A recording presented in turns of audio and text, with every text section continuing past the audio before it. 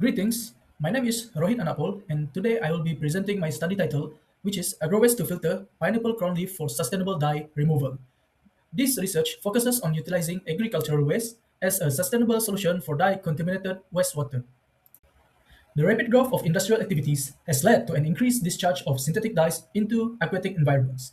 Anorganic dyes such as Congo red are widely used in industry like textiles, leather, and paper because of their strong color and chemical stability.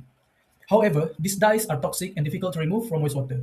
Among the available treatment methods, adsorption is recognized as an efficient, cost-effective, and also a simple approach. In this study, pineapple corn leaf and underutilized agricultural waste is explored as a potential biosolvent. So, the problem statement here is the conglomerate is a toxic dye that poses serious risk to human health and also the aquatic ecosystem when released into water bodies. At the same time, large amount of agricultural waste, such as pineapple corn leaves, are generated during fruit processing and often disposed of improperly.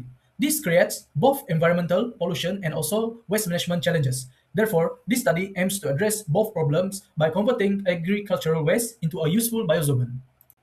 The objectives of this study are first to characterize pineapple corn leaf before and after adsorption using FTIR analysis. Second, to evaluate the effects of adsorbent dosage, contact time, initial dye concentration, and pH on adsorption performance. The methodology consists of three main steps. The first one is raw pineapple corn leaf was prepared and processed into powder form. Second, FTIR analysis was carried out to identify functional group present on the adsorbent surface. And finally, batch adsorption experiments were conducted to study the effects of various operating parameters using UV visible spectrophotometry. So we move on to preparation of PCL. The pineapple corn leaves were first separated, washed, and oven dried at 7 degrees Celsius for 24 hours. They were then ground into a fine powder and sieved to obtain uniform particle size. This raw material was used directly as the biosorbent without chemical modification. And we move on to the characterization of raw PCL. FTI analysis was performed to identify the functional groups present on the surface of raw pineapple crown leaf. The spectra were recorded in the range of 4,000 to 700 per centimeter. This analysis helps to understand which functional groups are responsible for dye adsorption. For the batch adsorption studies, the first parameter is effect of adsorbent dosage. So the adsorbent dosage used in this study solution vary between 1 to 8 gram per liter and using 50 ml of 100 ppm CR solution. For the second parameter, which is effect of contact time, by using the optimal mass of PCl determined by the dosing experiment, 50 ml of 100 ppm CR solution was agitated at 150 rpm at room temperature. Then the sample were collected every 15 minutes to 3 hours. And for the third parameter, which is effect of initial dye concentration, the CR solution with concentration ranging from 50 to 200 ppm was created and treated with the optimum dosage and time determined from previous adsorption parameter. For the fourth parameter, which is effect of pH, the effect of solution pH on PCl adsorption effectiveness was studied throughout a pH range of 3, 5, 7, and 8. And then the pH of each 50 ml of 100 ppm CR solution was adjusted using 0.1 molar hydrochloric acid or 0.1 molar sodium hydroxide.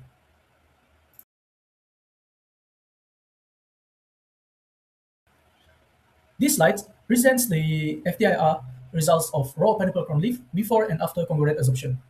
From the spectra, several important functional groups were identified, including hydroxyl, carbonyl, and carboxyl groups.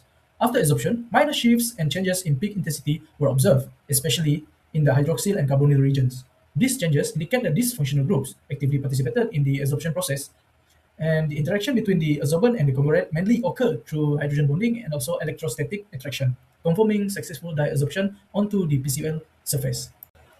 This slide shows the effect of adsorbent dosage on the removal of conglomerate. As the dosage of pineapple corn leaf increased, the percentage removal of the dye also increased. This is because a higher dosage provides more available adsorption sites for the dye molecules. However, the adsorption capacity program decreased at a higher dosage, which happens due to underutilization of active sites and possible particle aggregation. These results suggest that an optimum dosage is needed to balance high removal efficiency and effective adsorbent usage.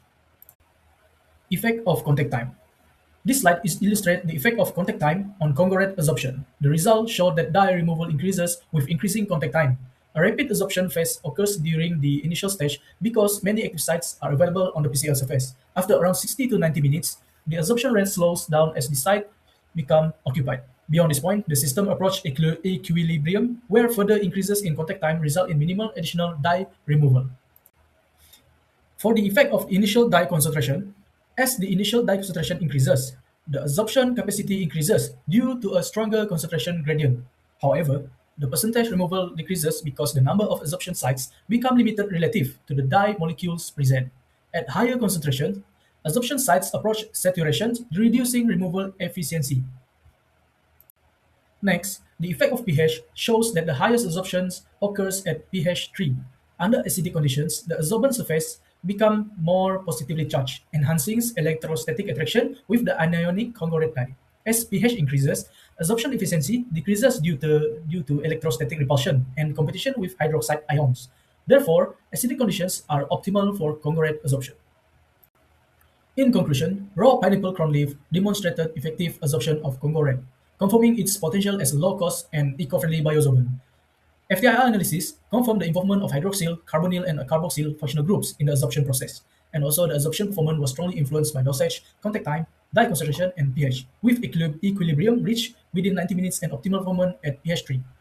Overall, this study highlights the feasibility of converting agricultural waste into a sustainable and cost-effective solution for wastewater treatment. Raw pineapple crown leaf shows strong potential for application in simple absorption system.